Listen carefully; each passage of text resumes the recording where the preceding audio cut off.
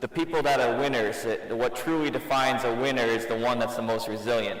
And all programs the major component and the cornerstone to a winning program is resiliency. Kind of developing that winning culture that Paul was talking about. It's all about learning how to be resilient, because if you're really resilient, it doesn't matter if you're the most athletic talented, it doesn't matter if you have the most money, it doesn't matter if you're the hardest worker, you'll find a way to win. Resiliency is a learned ability. It's a learned ability to overcome challenges no matter the size or the risk, to be confronted with obstacles and discomfort, and to still learn how to overcome that. Resiliency is a learned ability. If you come out with anything from this talk, it's that each one of you have the ability to become resilient. It's just you learn it through your experiences and your hardships and your challenges. And I'll talk about different other components that kind of shoot off of, that are components of being resilient, but resiliency is really that key component that I think all winners have. I always want to be a professional soccer player, but as you get older and start losing your vision and get higher up in soccer, you have to see the ball. So it didn't go so well when I wanted to be a professional soccer player, and I got into my high school years where I lost quite a bit of my vision.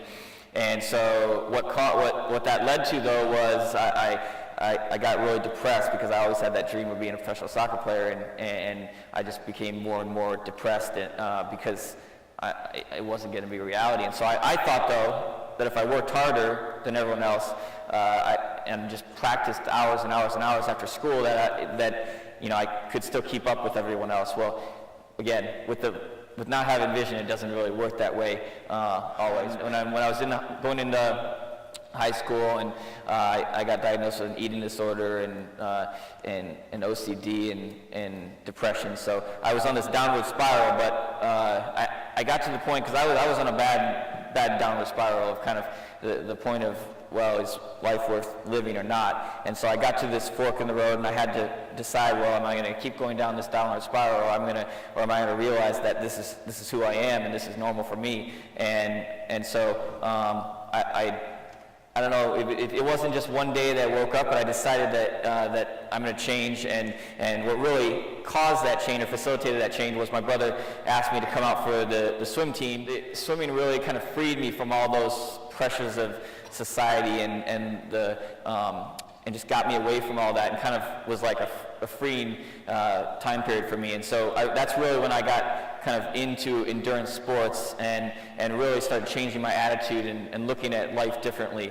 And from there, I really developed this mission. I wanted to, and it's called the See Different with Aaron movement is what I call it, but this mission to really change the perception of the blind and vision impaired among society, and really kind of educate society about we see things, but we just see them differently, and what we can do and our capabilities. So the See Different with Aaron movement is kind of my own movement and mission that I've developed over time, realizing that there's a lot of people in society, when they hear the word blind, they think, well, lights out blind, that person can't see anything, when in reality, only about 10% of the people that are legally blind in society are totally blind. But there's offshooting components that I think are really important. Your attitude, your passion, your commitment, and taking risks. And so I'm going to go through each one of those kind of components and explain really how it kind of works into how you learn how to be resilient. You got to invest that emotional aspect, which is passion, and with passion is power. And so I think that's really important also towards really becoming resilient and being able to do whatever it takes to get the job done. The two things that I think that I've learned in life that are the most important things are, first of all, resiliency, and then the second of all is opportunity. And resiliency, everybody thinks that, well, some people just might be tougher than others, or they're just mentally stronger, and that's not the case. Resiliency is a learned ability. So I've had to learn that through the challenges and through the things that I've had to overcome. And I think a lot of individuals that have disabilities or have a lot of challenges are the ones that become resilient quicker because we're forced to. As Lee said, I have 15% of my vision left. I have juvenile macular degeneration. I started losing my vision around 2nd grade. In my early years, it was more a difficult time for my parents because I was, 1st grade, kindergarten, whatever. I mean, I probably thought everybody else was living the same world I was, you know. And so it was harder on my parents because no parent wants a child with any sort of disability or extra challenge or whatnot. And, but as I lost more of my vision and went into my teenage years, and where everybody's just trying to seek normalcy and just be like everyone else, that's when it really hit me. And so I struggled because I always wanted to be a professional soccer player at that time as I grew up, and I was a really good soccer player. But it's hard to play soccer when you can't see the ball. So you're just running around in green grass, you know, following the white lines that are sticking between them or something.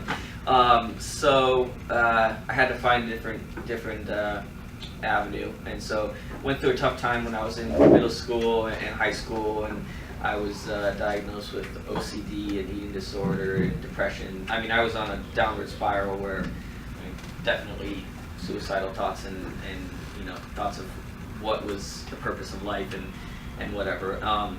But that's really what taught me how to become resilient and taught me how to deal with these situations and find different avenues and create my own kind of pathway through life. And I was introduced to swimming through my brother in high school and decided to join the swim team.